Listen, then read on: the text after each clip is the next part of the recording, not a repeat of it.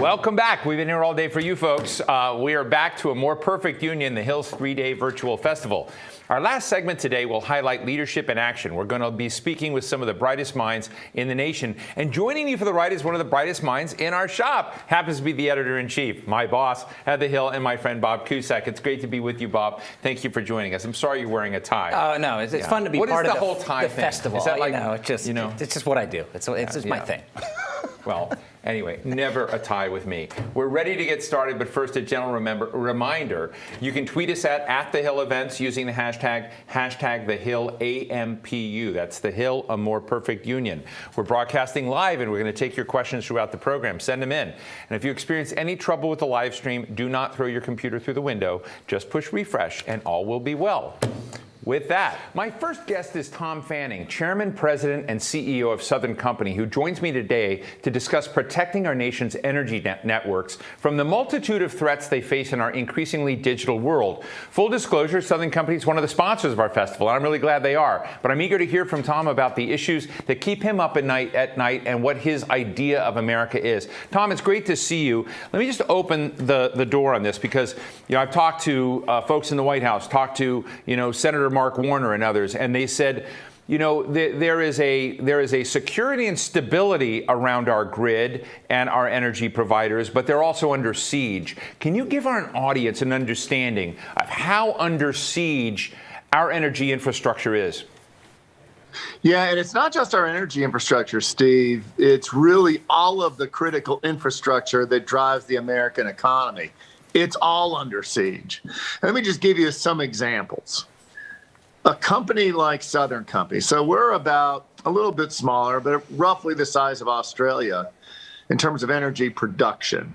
We get attacked about 3 million times a day. Now that varies. And the word I use, attack, a lot of it is like that they're casing the joint. You're in your house, somebody drives up, and they're recording how many times you're in, you're out. Do you go out the front door? Do you lock your windows? They're all over the place. And sometimes there are, no kidding, attempts to get in. So 3 million times, and it varies based on geopolitics and all sorts of things. But we're not alone. The American economy is just crazily under attack. I'm the only private citizen CEO-looking person on the Cyberspace Solarium Commission. When Solarium was originally put in place, it was under the leadership of President Eisenhower, post-World War II, and looking at a map, on your right was the Soviet Union, and on your left was effectively NATO. And the imagination of conflict at that time was a tank battle on the plains of Poland. In fact, now, Steve, the conflict with cyber warfare is not some political thing in Poland. It is somebody trying to get into our telecommunication network, somebody trying to subvert the electricity grid, somebody trying to get into our financial systems, and so on. And so the unique thing about where we are in this environment is that we can't fight this war on somebody else's beach. That has been our Defense Department dogma for 100 years. What we have to do now is understand how the private sector can work with government in a reimagined way to really protect our national security. Tom, just listening to you just gives chills down my spine. It sounds like hybrid war, hybrid conflict, disinformation, malware. How prepared is America both on the defense side of that and on the offense from your perspective and what you know?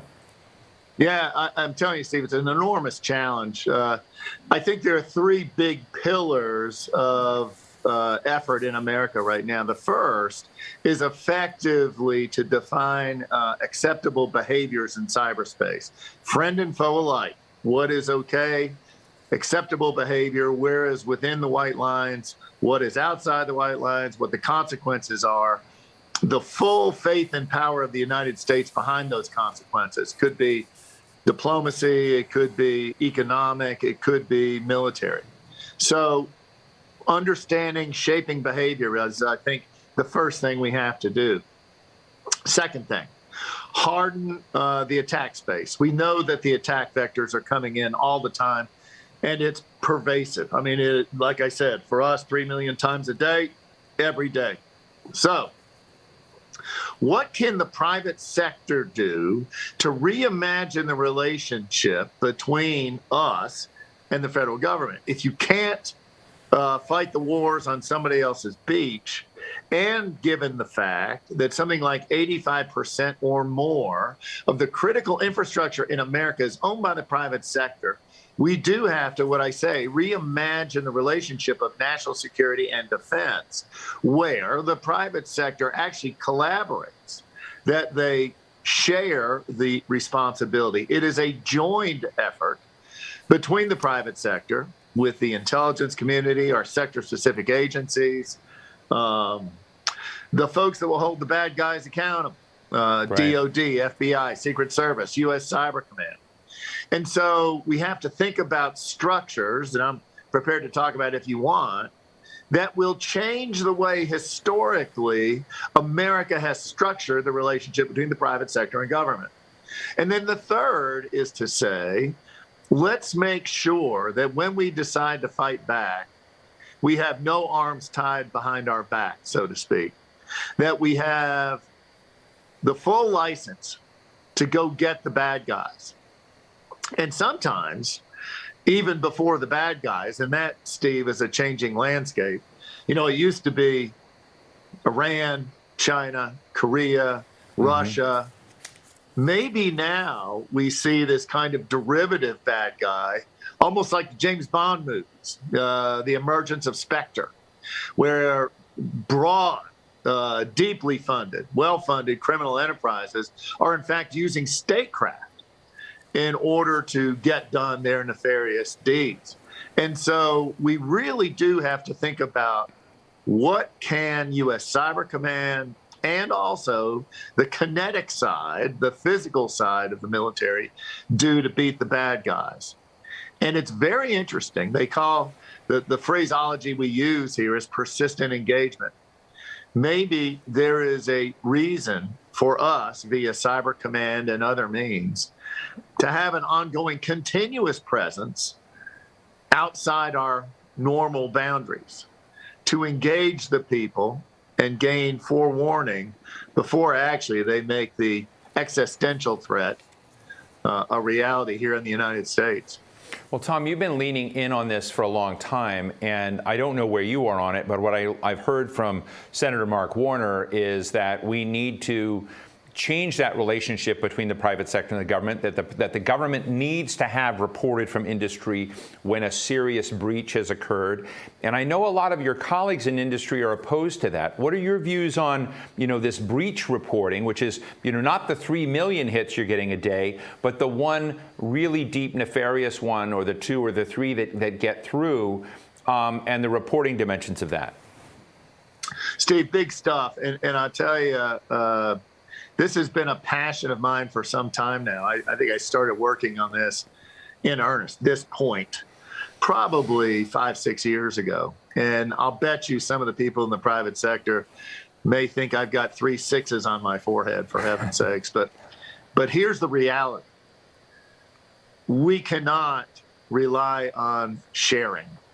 The idea that somehow when something happens, we let somebody know it's too slow, it's incomplete, it doesn't serve our interests as a nation well at all. And in fact, look, remember, I'm not talking about punks, thugs, and criminals. I'm talking about the existential threat.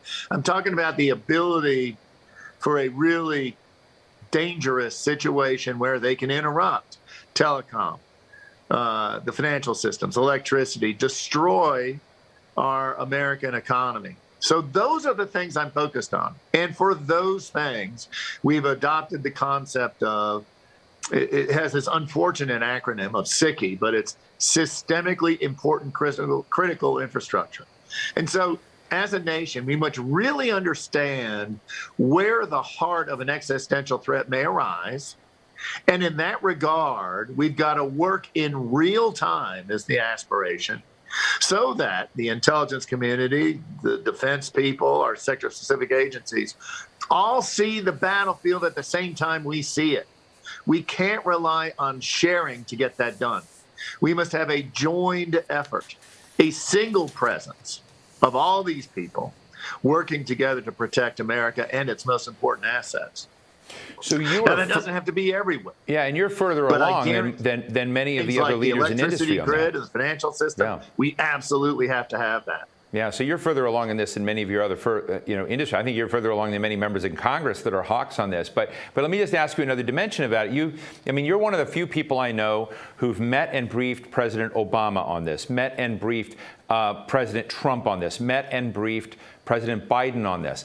What is your candid take on our end? Because I have to say, after Colonial Pipeline, after a lot of this stuff, it looks like we're chasing the wagon. And I'm just wondering, when you kind of get me, not to be nice to these presidents or anything, but how literate are they, how aware are they, and how willing are they to put resources and enforcement into this in a credible way? Yeah, Steve, look, I walk the halls of Congress continuously, and as you mentioned, I have worked with all these different administrations. Everybody, I think, gets the idea how important this is, but it's so hard to kind of get your arms around and get people to understand it. It's a bit like, Steve, I take you to a beach and I say, Steve, look out there. There's this giant submarine battle going on, and you can't see a darn thing. All you see is the ocean. Unless we know there is ongoing lethal activity, something cataclysmic happens, and you go, oh, I get it. That's what's happening. Well, in fact, that's a lot like cyber warfare. Like I mentioned, millions, probably hundreds of millions attacks a day on American infrastructure that we have to defend.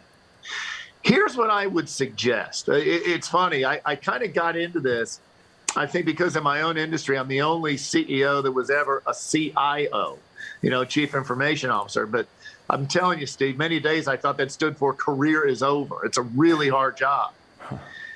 But here's what I think. People get how serious it is. People see the consequences of nefarious action. If you go back to the Cyberspace Solarium Commission report, in my view, that is the best blueprint for action. Now, here's the other thing that we have to have. It's not enough to have a report. You got to put it into legislation. About half of Solarium got done with the National Defense Authorization Act, and we're working on another 25%. But I will say this.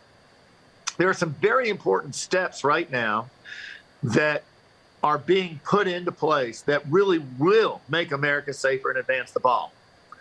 One, we are working right now on the designation of assets inside the United States that could give rise to an existential threat becoming a reality. We're doing that with Homeland Security. We have people in place inside the administration now, like Chris Inglis, National Cyber Director, that really does get it. I think he was Deputy Director of NSA, U.S. Cyber Command, for something like 13 years. We have people out there running CISA right now, like Jen Easterly. We have people in the National Security Council, like Ann Neuberger. Speaking to what we're working with right now, we have as many good people as I have ever seen focused on the issue, understanding deeply the issue. And now the bigger issue is, how do we kind of engender the support of the administration, of Congress, and importantly, of the private sector? And I'm telling you, pal, it has to be reimagined.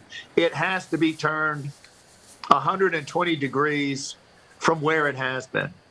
Those of us that are, by nature of our business, are tied with a responsibility for national security, we have to join with the intelligence community, our sector-specific agencies, and the folks that will hold the bad guys accountable to protect America.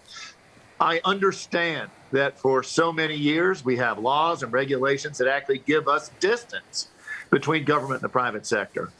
In my opinion, that is not good enough to protect America in the future. Tom, just one real quick question. It's very powerful what you just said, and laying down, the urgency of action and the breadth and scale and rethinking this. My understanding is that there are no appropriations in the infrastructure bill that's still pending in the House of Representatives to do some of these things, that the thought is, oh, let's get a different spending bill. Does that bother you? Steve, not really. I think we got a great deal done on the National Defense Authorization Act. Okay. There's plenty of vehicles left with broad bipartisan support that I think will advance the ball. I think the next big thing is to get a definition of what is systemically important defined, then to create a joint collaborative environment that is a place, physically and virtually, where the private sector will come together with the intelligence community and the rest of government, including DOD Cyber Command, so that we can join together in first illuminating the battlefield and then taking action as necessary. I just want to tell our audience that I've interviewed Republican secretaries of energy, Democratic senators of energy, heads of the shops in the White House in both places, and they all respect Tom Fanning, who's president, chairman, and CEO of Southern Company. Tom, thank you so much for elucidating, so many of these very, very vital issues that we don't often get time to discuss.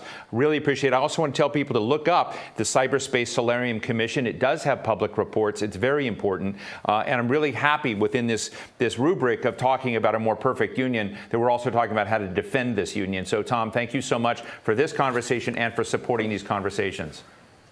Steve, thank you. You're always great. And this really is a public service. We've got to get the word out. Keisha Lance Bottoms is the mayor of the city of Atlanta. She has navigated her city through a pandemic and a summer of social justice protests and has experienced the ups and downs of being a mayor of a large and complex city. Mayor Bottoms, it's great to see you. It's not all fun, is it? No, not always, not every day, but it's such an honor to be the mayor of the city that I was born and raised in. So nobody ever said it would be easy. Well, listen, I know that we've talked before about how do you hold things together during a pandemic, during the racial divides and stress that continue. None of this has been undone yet. We're still in the pandemic. We still have not, waved a magic wand over racial divides in this country and fixed that. And of course, there were huge economic consequences that came out of COVID that some, were resilient, got through, and others were really moved off the dashboard. So I'm just sort of interested, as you've looked at these last couple of years, what stands out to you? How we're sitting in Washington, you're sitting in Atlanta, much closer to the ground where real people are. What's gone well? What do you think we have not delivered on that we need to regarding your citizens? Well, what's really struck me is just how resilient we are as a city and as a country. I mean, this has been a once in a century pandemic that we have endured, and we've gotten to the other side of it. And what we need most right now is for Washington to continue to listen to our communities. What I know the Biden-Harris administration heard loud and clear is that cities like Atlanta were facing extreme operating budget shortfalls because of the pandemic, because as you know, people stopped traveling. It was a huge hit to our economy. There were many cities across the country that didn't have the opportunity to access CARES Act funding because of the size of their cities. That funding only went directly to cities that had a population of over 500,000. And so what was wonderful about the most recent round of funding that's come into our cities is that we could do things like continue to give our employees additional pay to help deal with the labor shortage, to address many employees who are still afraid to work in the midst of a pandemic in close quarters. We've been able to plug in the holes in our operating budget, fill our reserves back up. We've been able to provide rental assistance, small business assistance, and the list goes on. So it's important that Washington just keeps listening, continues to listen to what our true needs are and not just speculate and make decisions in a bubble. Mayor, let me ask you a question that I haven't asked any mayors yet. But as you sit and watch this dance in Washington about the reconciliation package and about the infrastructure bill, which is basically sitting in the House sort of hostage to the Build Back Better reconciliation package, and you've got different wings of the Democratic Party fighting over it. How important is that infrastructure package? Part one, and part two is, if they don't get to a deal on this, are you willing to see that infrastructure package sacrificed? Well, it's extremely important, but also just a reminder that we can't wait on perfection. There are a number of things that we know still need to be addressed in our communities, but it doesn't mean that it's going to happen all at one time. And one of my favorite writers is Audre Lorde, who said revolution is not a one-time event. And so we can't, I get very concerned if we're holding out, waiting on perfection, especially when we are doing harm in many ways to our own party. I think we've got to get money into our communities. We've got to get money into towns and cities across the country. We've got infrastructure needs that have gone unaddressed for decades at this point. We've got crumbling sidewalks. We've got crumbling streets. Everything that you see in any city in America is needed in every city in America. And so this funding would be extremely helpful in our cities. And I just hope that we don't prolong this and we take this infighting to the important midterms of next year. Another area of interest I have right now, we were very proud in this country in a lot of the major urban centers of declining crime rates, and crime is now surging in many, many cities around also in Atlanta, but here in Washington, D.C., elsewhere. And I know that must be frustrating to you, but as you kind of look at that question, as also a lot of spotlights have been put on how we police, what's the element there, our incarceration levels, and how to sew together a more healthy, as we talk about a more perfect union in the future. How do we deal with crime, but how do we not so invested in a way that leaves people with very limited options in the future, if you know what I mean? Well, and I know that my personal story. My father was incarcerated when I was 8 years old, and it was the death of our family in many ways. My dad was a very successful entertainer. His name was Major Lance, Grammy nominated. Sure. Had everything in the world going for him except for money in his pocket. And so he made some very bad choices. In my father's case, it was a decision to sell drugs. And it really was born out of a struggle with addiction. Well, that's the story of so many people across this country, making very bad decisions based on not a desire to be some violent criminal, but really out of things that are beyond their control. Mental health issues, emotional issues, the list goes on. And so what we have really focused on in Atlanta is trying to address those systemic issues that lead people to choosing to commit crimes. We know that there are layers to this. I was a judge for 6.5 years, and what always struck me is that when men, primarily African-American men, came before me in court, they hadn't finished high school, not much further than 9th grade. So we know that there's an educational component there. We also know that people have to have easy access to resources, that if they are struggling with addiction, if they are struggling with trying to find a job or trying to get a roof over their heads, we've got to have resources that are readily available for people to access resources, walk into a physical place and say that I need help. So we've been working on that in Atlanta. We are very close to inking a deal with Fulton County, the county that Atlanta sits in, to transform part of our city jail, which is primarily empty now because we eliminated cash bail bonds and ended our relationship with ICE, transforming that into a diversion and services center to offer those type of resources to people who otherwise may be sent to jail for petty crimes. Were you surprised, Mayor, that your state sent 2 Democratic senators to the Senate? I was not surprised at all. I knew that Georgia could go blue.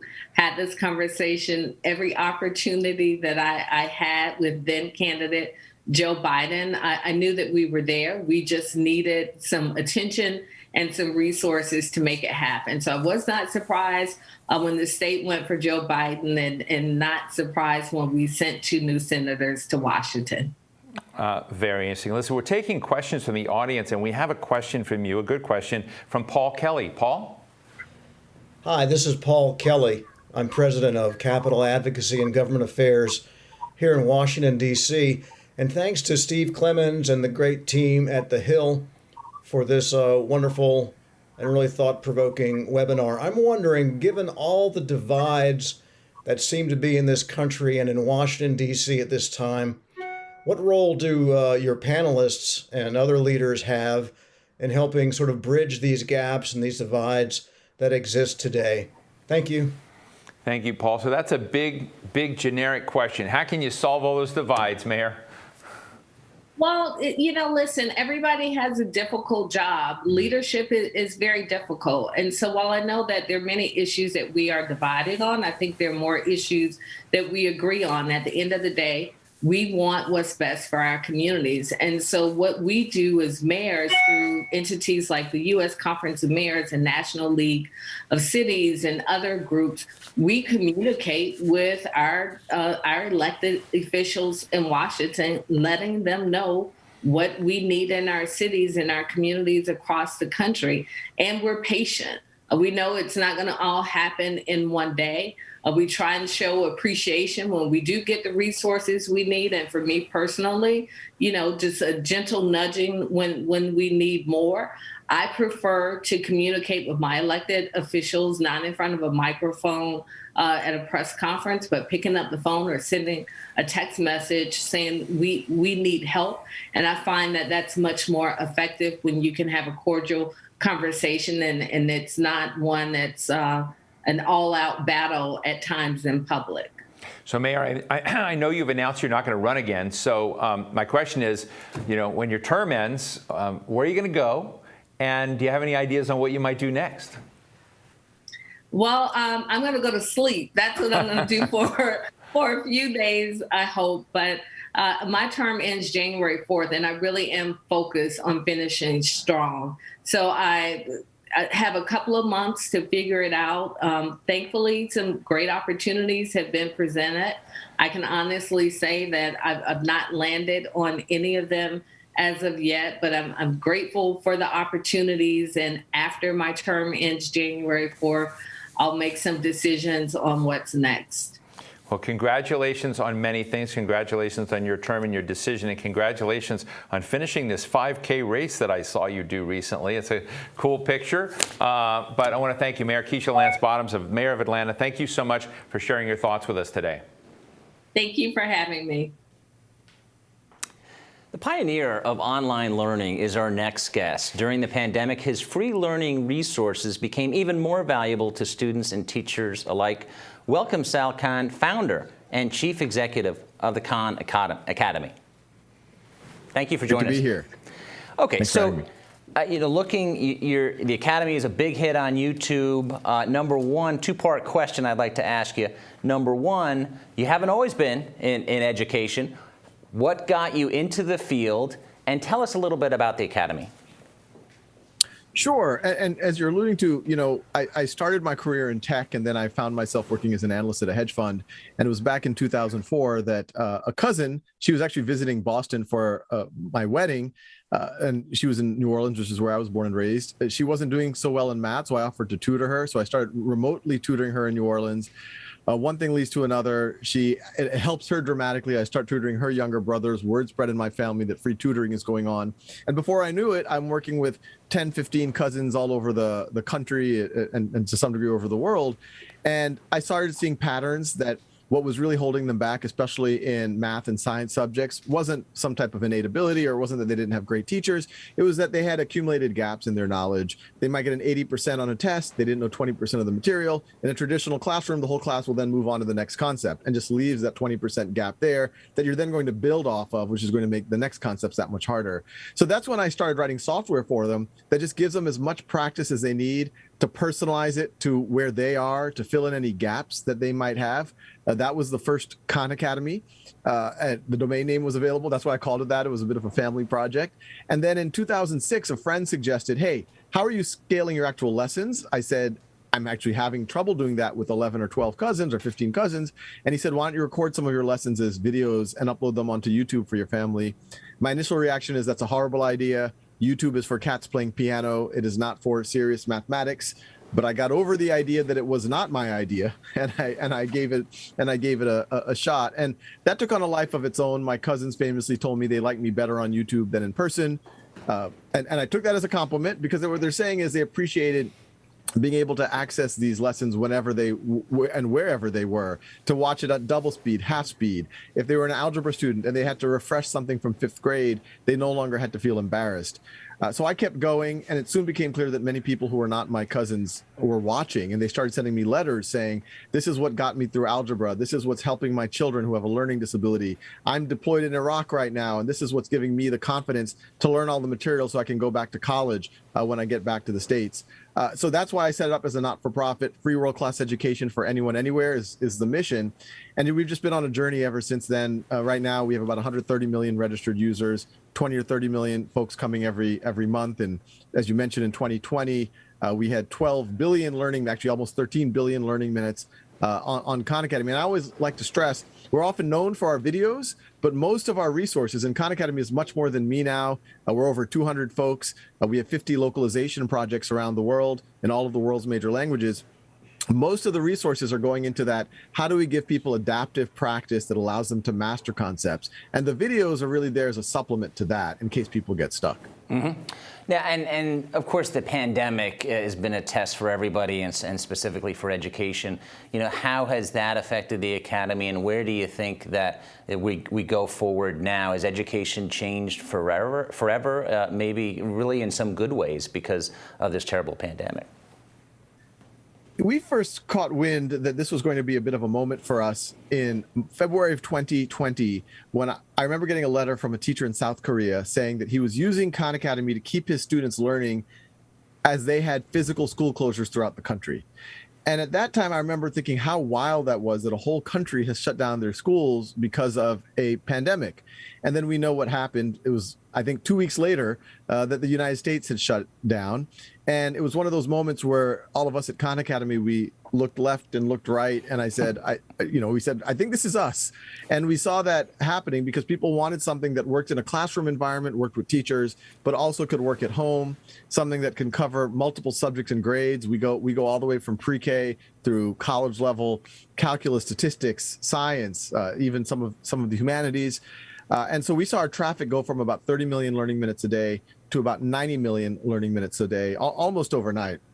Now, there's a lot of negative about the pandemic. I'm the first to say that if I had to pick between an in-person amazing teacher and no technology and some type of remote fanciest technology you have, I would pick the amazing in-person teacher.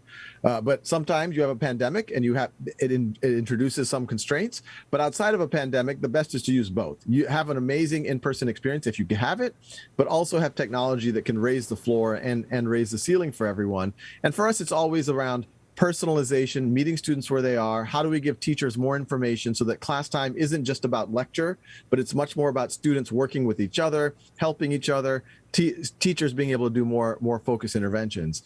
We know a lot of the narrative of the pandemic. A lot of kids just didn't have the supports. They didn't have the technology in order to access it. And the test scores bear that out, that across the board, especially in math, test scores are down 10 to 15% more than expected. But it's worse than that, because what's actually happened is in a lot of the communities where the schools were able to move to online learning quite quickly, where there was not a digital divide issue, for the most part, those kids kept learning. And we're seeing that in the data. They had other issues with social emotional learning and isolation and all of that, but they kept learning their core academics, while a lot of other kids didn't. And so people have been talking about the K-shaped recovery in the economy. You've also had a K-shaped scenario in education.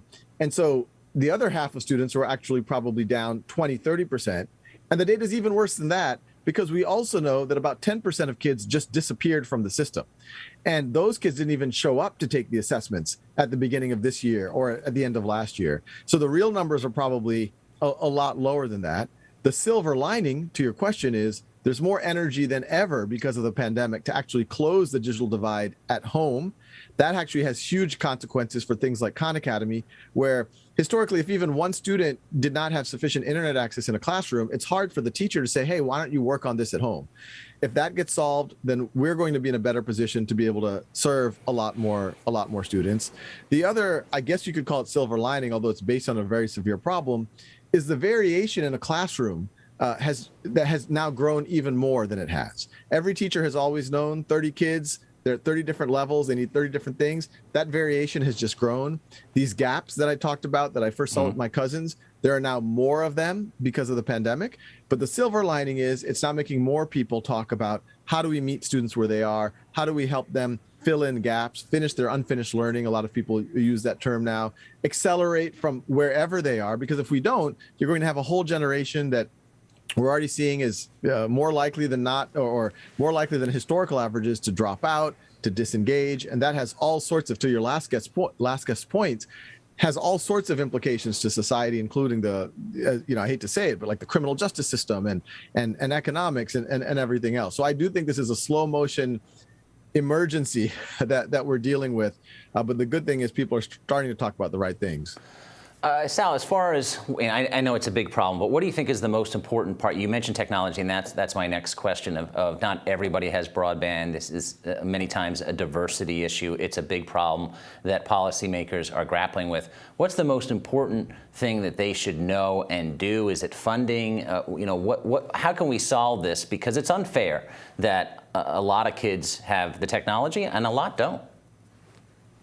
Well, the good news is, and this is the silver lining from the pandemic, the amount of money that is budgeted to close the digital divide at home is actually quite large. I'm not used to saying that their quote might be enough. And I'm sure it's not going to get us to all the way to 100%. But, in these budget packages, we're talking about $60-something billion to close the digital divide. And that's the one part of the budget that everyone agrees with. I haven't heard people on any side of any political aisle disagree that is a good investment, not just from an education point of view, but for an economic point of view. If people need to look for a job, stay engaged with society, et cetera, you need to close the digital divide at home. And $60 billion back of the envelope should get us pretty far. So that is a good thing that is happening.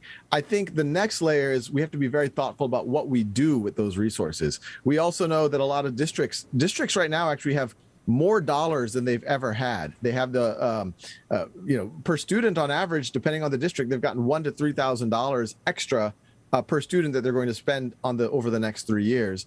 I think the big question, I talked to a lot of district leaders that they're a little bit worried about. There's a lot of pressure to spend it, but they don't want to spend it in a way that it doesn't move the dial, or it just creates a slight elevation, but then when the money runs out, you're back to where you were, or even worse before.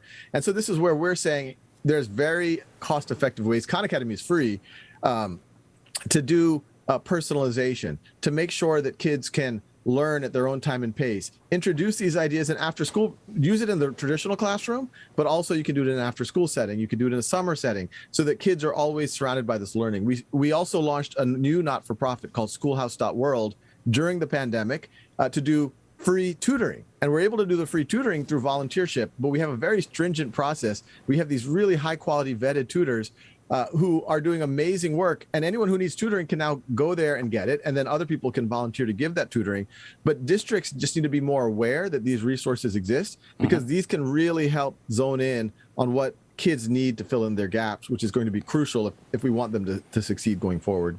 My last question is, you've been in this field for a while now. What in the big picture surprised you? It could be during the pandemic, maybe not, just on maybe it's personalized education, but what was something that you learned just through experience that you didn't know going in to starting the Academy?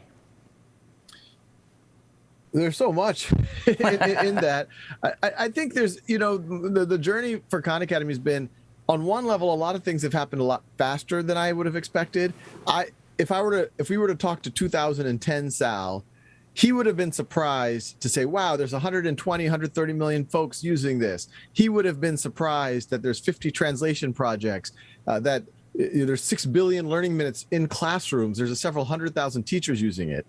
At the same time, 2010 Sal would have been disappointed to see that still the mainstream mode of learning in most classrooms is this synchronous, everyone move together. And we know where that's leading us. Even before the pandemic, 70% of all kids who go to community college. So these are the kids who are doing the right things. They're graduating from high school. They're going to community college. 70% don't even place into college algebra, which is essentially 10th grade math.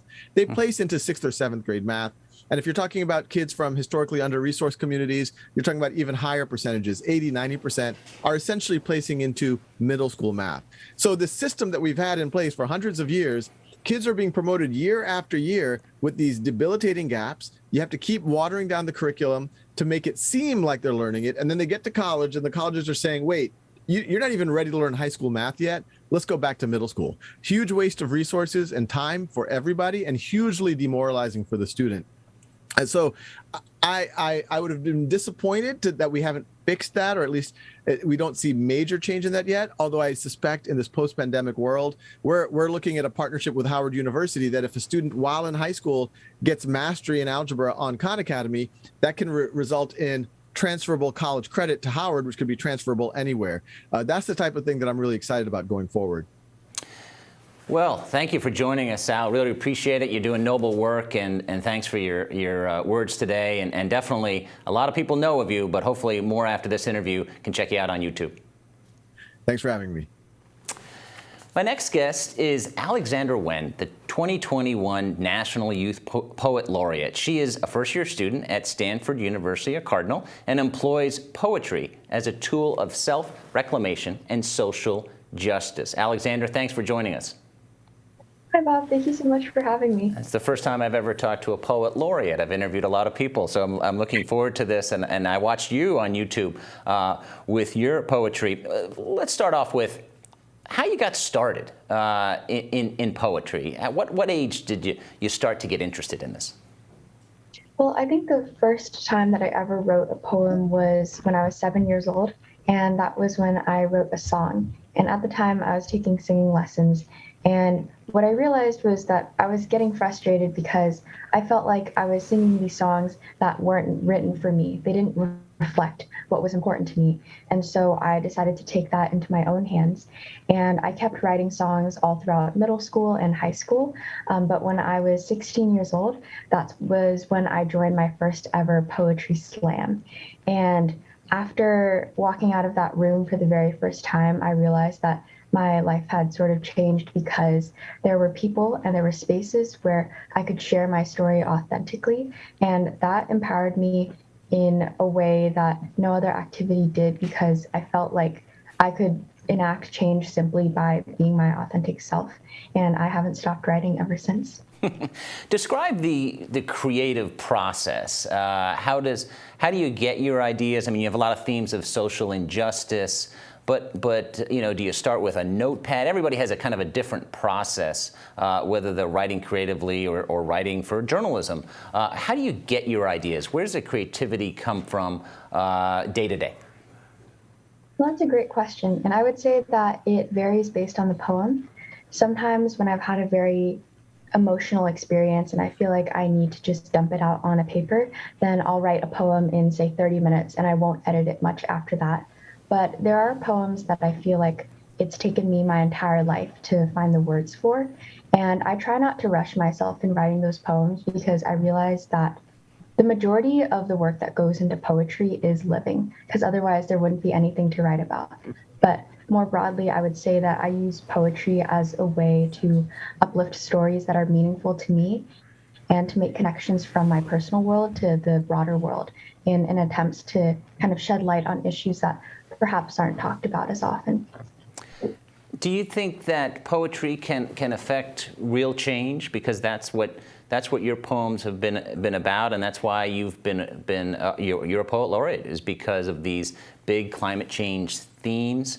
Do you think that's a way to move people to change policy, not only in the United States but globally? Oh, absolutely. I think that it's easy to tell someone why they should take a particular stance on any issue, but what really makes an impact is building that empathy through storytelling. I think through poetry, we're able to take people through the thought process and the lived experiences that have made people fight for what they care about. And I think that is how we kind of create a sort of common humanity across people who don't necessarily share the same experiences.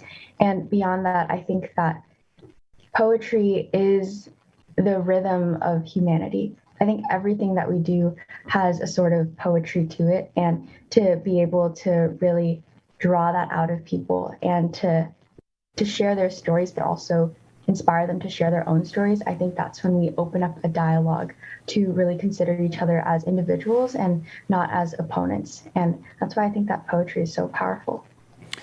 Well, first of all, tell us. This is going to be my first question. You know, what's your first year like at Stanford? How do you balance your love of poetry and studies?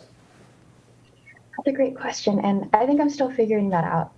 Every college freshman will describe college as a whirlwind, and I've definitely experienced that. But every day I just feel so grateful to be in a place where I'm constantly surrounded by interesting people. I can walk 5 minutes out in my dorm and guarantee you that I'll meet 1, 2, maybe 5 people that I'm more than happy to stop for a conversation with. And to be surrounded by so many diverse perspectives, I do feel like I will have the opportunity to become the person that will enact change that I want to see in my communities.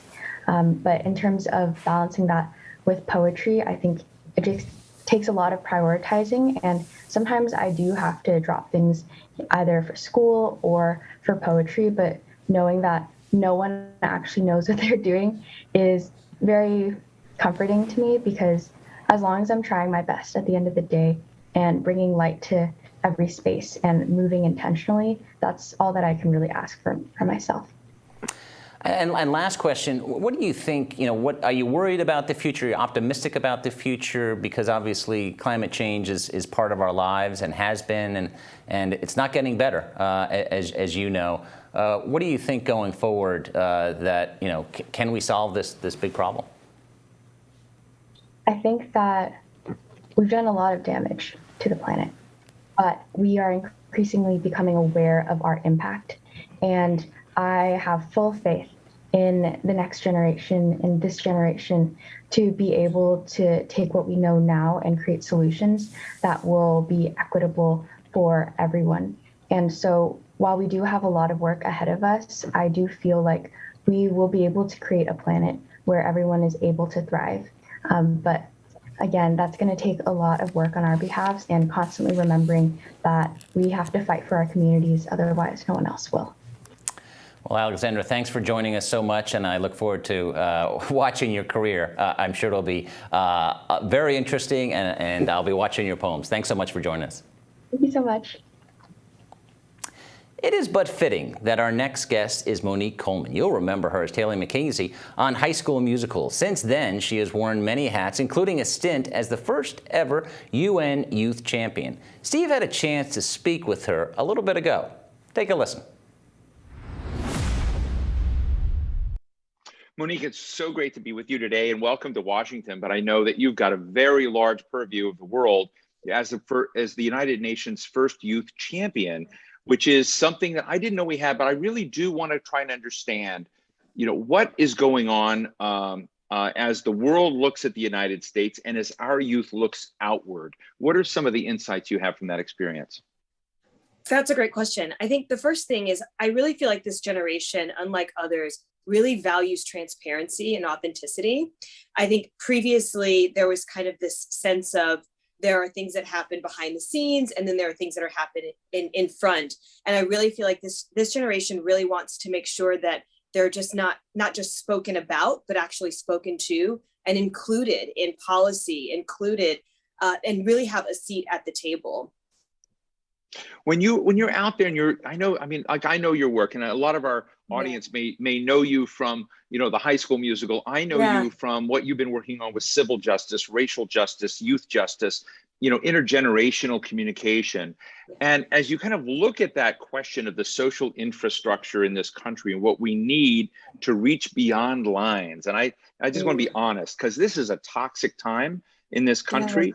And there are a lot of people left behind and left on the side, a lot of talent not, given an opportunity to succeed. When you're out there engaging youth, but everybody, it's not just youth, but engaging everyone, how do you help them understand how to reach beyond some of these limitations that are built in and embedded in our society? Sorry to be so long-winded about it, but no, that's a great question. I mean it, yeah. Yeah, the first thing that came to my mind is compassion. I think that is actually something that's missing from a lot of our conversations. So many of them are extremely polarizing, and I think that the link between parties, the link between people, is having a compassionate viewpoint, recognizing that oftentimes we're coming from similar places. Like you said, I've extensively traveled. When I was the United Nations Youth Champion, I traveled to 24 countries in a 6-month period. And I showed up with ignorance. I showed up with questions. I came into situations expecting to listen more than to speak. And I think in many instances, we are trying to push our own agendas forward. But what I'm seeing, and one of the things that I saw really heavily last year, with everything with Black Lives Matter and these big movements, is sometimes I question whether or not we're really looking for solutions, or we're just looking for a platform to be able to speak about our problems. And I think that this, more than ever, we need to kind of shift our focus to listening and being open to the possibility that people are not inherently vindictive, that we're not inherently evil or seeking to tear one another down, but in fact trying to move forward in the best way that we know how. And to me, that link is truly through compassion. Monique, that's such a beautiful framing. And I just want to be honest that there's a lot of insecurity and anxiety in the country about the younger generation coming on. Folks that have been in power, et cetera, they may be trying to do what they want, maybe not, who knows, but, holding them to account is important. But, we have created a brand called wokeism or woke culture. And you just said something that I was surprised to hear, that as we try to push for change and social justice, you're very clear that vindictiveness is not a part of it. And there's a lot of people that fear that vindictiveness is. Have you dealt with that a little bit? I mean, I think it's something that you can't help but to see and observe. But again, I think that empathy, when I hear people and they're coming from this perspective, I try to see what is the lens that you're viewing the world through. I'm very fortunate to be able to live in a country that has a lot of privilege. I live in a state inside of that country that also has a lot of privilege, and I'm not unaware of that. And so sometimes when I'm hearing people, I recognize your experience might just be very limited. And instead of arguing, I think we should focus on educating and being open to the possibility that our role when we see an issue is to contribute to that, instead of just picking it apart and breaking it down and continuing to perpetuate some of the same kind of negativity and argumentativeness that we've been seeing over these last few years. I know you're out there, as still a youth champion, really, and I'm Always, just curious how young people look at social justice today, how that may have looked different, say 20 years ago as today. What are some of the new currents of what social justice means? Because we see political engagement high, we see a lot of youth being engaged. I'm just interested in how they're gonna. This forum is called A More Perfect Union. It's about the future, and I'm interested in how they want to sculpt the future. Yeah, well, I will definitely say that I still believe that young people are very much the change makers on our planet. And inside of that, I actually wanted to bring up something that I haven't really heard people talk about, especially on this forum. What I'm trying to say is that this is the perfect place to bring this topic up, not that it hasn't happened, is the fact that one thing that I notice and am concerned with is the amount of pressure that we're putting on this generation I think I'm going to call it cyber trauma that I feel is starting to brew, and I feel like in some ways I may have even contributed to this by really letting young people know that you're never too young to make a difference, which is true. You are never too young to have a voice, which is also true. You are the leaders of today and not necessarily the leaders of tomorrow. all very true. However, I think that it's really important in terms of bridging this intergenerational gap that we don't overly emphasize or fetishize youth to the point where we're giving them a responsibility for worlds that you're inheriting that you haven't even gotten to experience yet. And so my concern in some ways is that, yes, empower young people, give them the opportunities that they're asking for, but also support them and nurture them inside of these opportunities. Because what happens is, we look at youth as leaders and we're like, whoo, great, these young people are the most woke generation we've ever seen. They're not apathetic, they're really passionate and so forth. But then we're so quick to immediately criminalize them and demonize them when they don't get it right. And I think when they don't get it right, instead of just being hyper focused on them, I think that's an opportunity for us to look back at ourselves and say, well, what am I doing to ensure and to really support what young people are, the agendas that we're trying to move forward and that many young people are exhibiting this leadership in. I want to make sure that we as the adults supporting young people are not sitting in a seat of complacency and sort of expecting that they are just going to take over and lead perfectly in this very imperfect situation that they were born into. Well, first, Monique, I just want to thank you because that issue has not come up in the forum, and I had not thought about cyber trauma and the kind of, odd mix of expectations and responsibilities and accountability that everyone feels. Because, kids also need to, be able to fail and to pick themselves up and come back and be protected and come back, which is such an important insight. And I really am grateful you shared. Let me just ask you finally, one of the concerns I have over the last 2 years is we've seen not only the murder of George Floyd and Ahmaud Arbery and Breonna Taylor and others, many others. I mean, I hate to just mention those, but I will mention them. And then COVID and the impacts we've seen on COVID, which have been disproportionate in the country. You look at the story of inequality and people who were so severely economically impacted across the board. And I just worry that as we get eventually to the other side of this, that we will forget the important lessons in the period we had, and what we need to, one, get our social contract back in order, even things out where we can. And I'd just be interested, I mean, I don't want to put so much responsibility on you for it, but what do you think about this? I mean, what should we be doing collectively from you're an engaged citizen. How should we be thinking about it? And do you worry that we're just going to all get amnesia after what we just went through? I'm going to be honest. I do worry about that at times. I do feel like, did we come out of this better than we went into it? And I definitely see that there's an opportunity to do so, but it really, I think will have to do with making sure to actually have conversations like the conversation that we're having right now, to create spaces where people can share openly and honestly and safely, where you are safe to disagree, where you're safe to not have the same point of view. But I do have hope.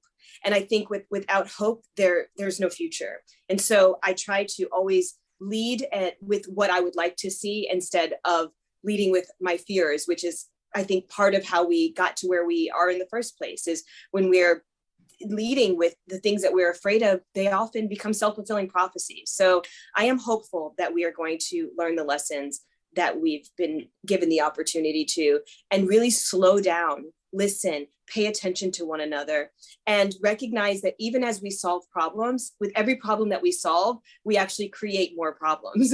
And so we're never really going to be done.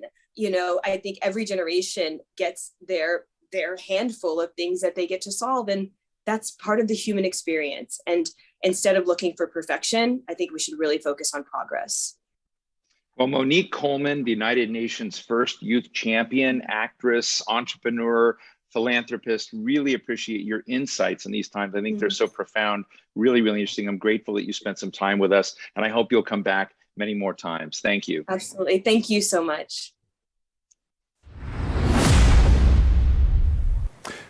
Joining me now is Brad Smith, the president and vice chair of Microsoft. He sits at the intersection of technology and society, working on issues such as cybersecurity, environmental sustainability, and human rights. He's also the co-author of a great book. I love this book, Tools and Weapons, The Promise and the Peril of the Digital Age. And just by way of disclosure, Microsoft is supporting these conversations and a more perfect union. We're grateful for that. But Brad, I'm so grateful to talk to you because your book is the first that I have read that actually invites government to regulate, to kind of come in and say, you know, we're a technology company. All of us are developing technologies of the future, but we need scaffolding around that. Can you tell us what your primary goal in Tools and Weapons is in describing for the public what choices we have? Well, sure, and thank you, Steve. It's always great to be with you, and in part, it's encapsulated in the title. Digital technology today is a tool and it is a weapon. It's a tool that helps us solve just about every problem we grapple with societally, but it has also been weaponized, literally weaponized in the form of cyber weapons and cyber attacks. And it's also contributing to many of the problems that ail us. When you look at the broadband divide, when you look at the digital skilling divide, these exacerbate every other income and economic and social divide that we worry about. So we've reached a point societally where I think we just have no alternative but to combine a healthy market with the kind of regulation that will ensure that we continue to have a healthy market. Now, you have just released a new edition of the book, and you have 3 new chapters, one on cyber attacks, one on digital sovereignty, one on tech in a pandemic. And I guess the question I have, when we've seen the SolarWinds attack, we've seen attacks on American infrastructure from digital nefarious players. We have a sense that while we're all online now, as caused by this pandemic, that there are concerns about privacy, there's a fragility out there, and then people's nerves are on edge. And I guess I'm wondering, in the world of 5G, AI, big data, everything coming down the pike that you write so eloquently about, are we ever going to feel secure and stable in that, or are we all going to be on edge for the next generation of living? How do we get to feeling safe in this digital space? Well, I definitely think we can make ourselves far safer and more secure and more comfortable and confident with technology than we are right now.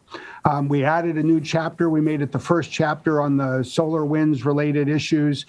We thought it was important to tell the inside story of what we had gone through at Microsoft late last year and really bring to life the sophistication of the cyber attacks we're seeing, but then use that as a jumping off point to talk about the types of solutions that are needed. And I think that's where your question leads us.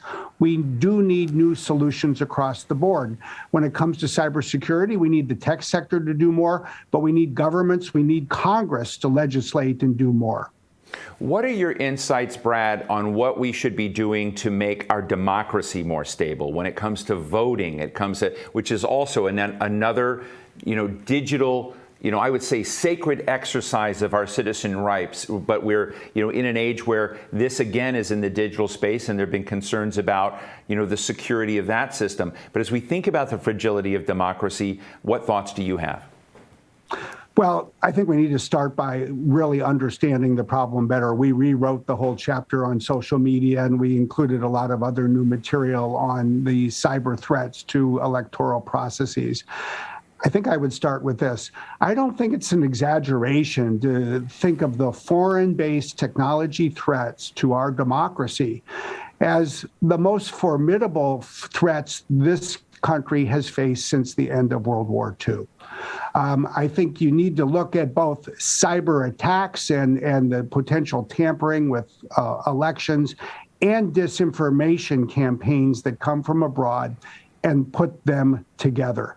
Because I think that if you're sitting in St. Petersburg or Moscow, that is what people are thinking about. And I just would ask people to do 2 things. First, what's the great miracle of 2021? I think it was the invention of these amazing vaccines and the ability to distribute them to the entire country. What's the great tragedy of 2021? It is misinformation and even disinformation that has caused tens of millions of Americans to decide not to put a free shot into their arm, even though it could save their life and keep their loved ones safe as well.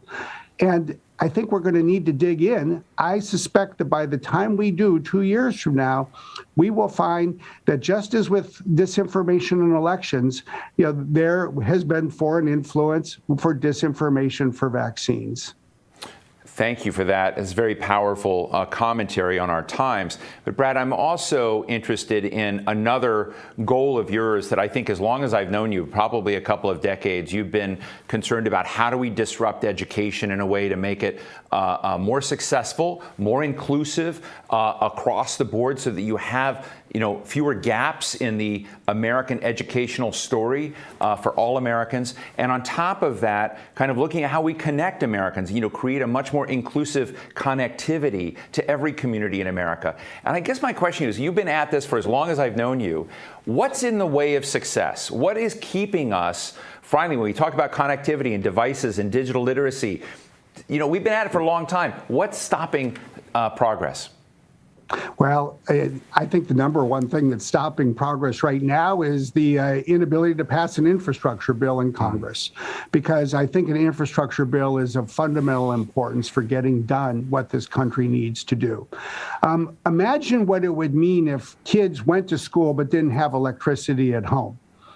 There's no way they could study in the evening the way their peers did. But every day we accept in America where some kids leave the school building to go home where they have broadband and a PC and others do not.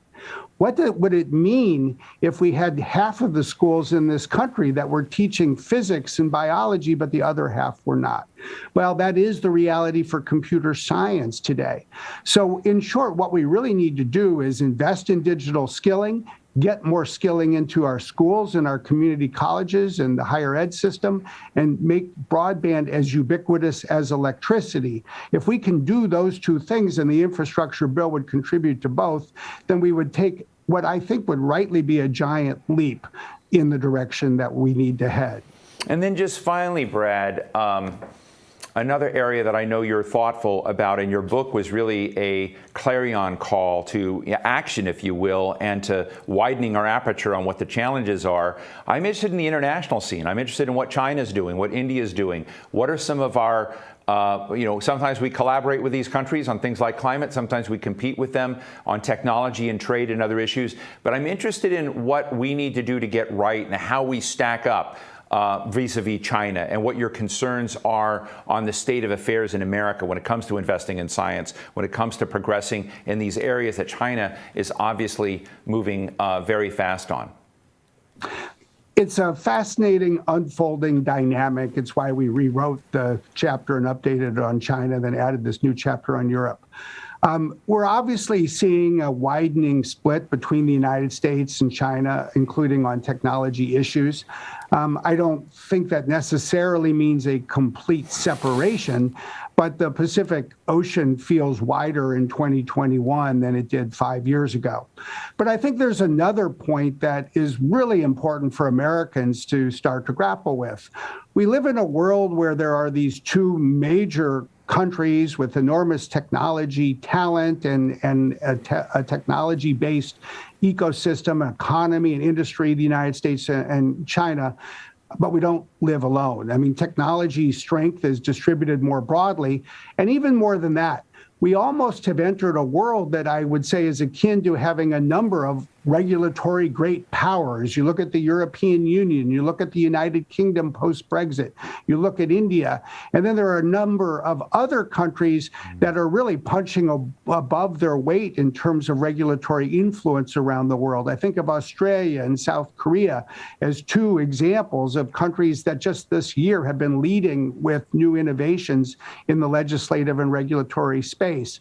And I think sometimes the mistake that people in the US and especially in Washington, D.C. make is that we spend so much time focused on ourselves that we fail to recognize that when you're talking about a global technology, you're really talking about global interaction among legislators and regulators. Brad, I'm going to sneak one last one in because you and I have also talked in the past about diversity, gender diversity, racial diversity, and the technology community in which, essentially, let's just be honest, white guys dominated the scene. You've been very committed in Microsoft to changing this. I know that, but I'd love to get your perspective on whether your industry has finally gotten it and whether you're beginning to see, on boards, in engineering rooms, throughout these companies, a more diverse workforce, or do you think there's much more to be done? Well, there is a lot more to be done, but I feel that things are moving in a better direction than they were, say, 5 or 10 or 15 years ago. I think there's an appreciation for the importance of diversity that is more broadly held in this industry in tech than, say, 10 or 20 years ago. But more than that, I think we're finally taking the kinds of steps that are turning good intentions into more positive action and some encouraging results. Here at Microsoft, I feel the watershed moment was about 5 years ago when we started to tie some of the executive compensation to measurable progress. And I think it's like any other part of the economy. You get what you pay for, you manage what you measure. Once we started to measure this, once we started to pay for good performance, we started to see improvement. It's going to take lots more sustained effort. This is not an issue that can be, frankly, surmounted in a year or two. But if we just stay focused each and every year, then what I've learned is over the course of a decade, it's amazing what you can accomplish. Well, Brad Smith, President and Vice Chair of Microsoft, I want to thank you so much for joining us. I want to tell our audience, I'm not trying to be nice to Brad, I'm not trying to be nice to Microsoft, but do read this book, Tools and Weapons, The Promise and the Peril of the Digital Age. It's one of the most important books I've read in recent years. So thank you so much, Brad, for joining us. Thank you, as always. Wow. Well, that brings us to the end of our program today. A very big thank you to Microsoft and to Southern Company for their support, and to all of you attendees. These have been great conversations. I'm loving this, and we're going to do it again tomorrow. A big thank you to Bob Cusack, the Hill's editor-in-chief, for joining us today. Great interviews. For those of you who missed any of the conversations this afternoon, we'll have the video up of all of these encounters on our website shortly. Make sure to join us tomorrow starting at 11:30 a.m. Eastern for day 3 of A More Perfect Union. We'll be joined by ACLU's Deborah Archer and Tarana Burke, the founder of the Me Too movement. Until then, I'm Steve Clemens. Be well.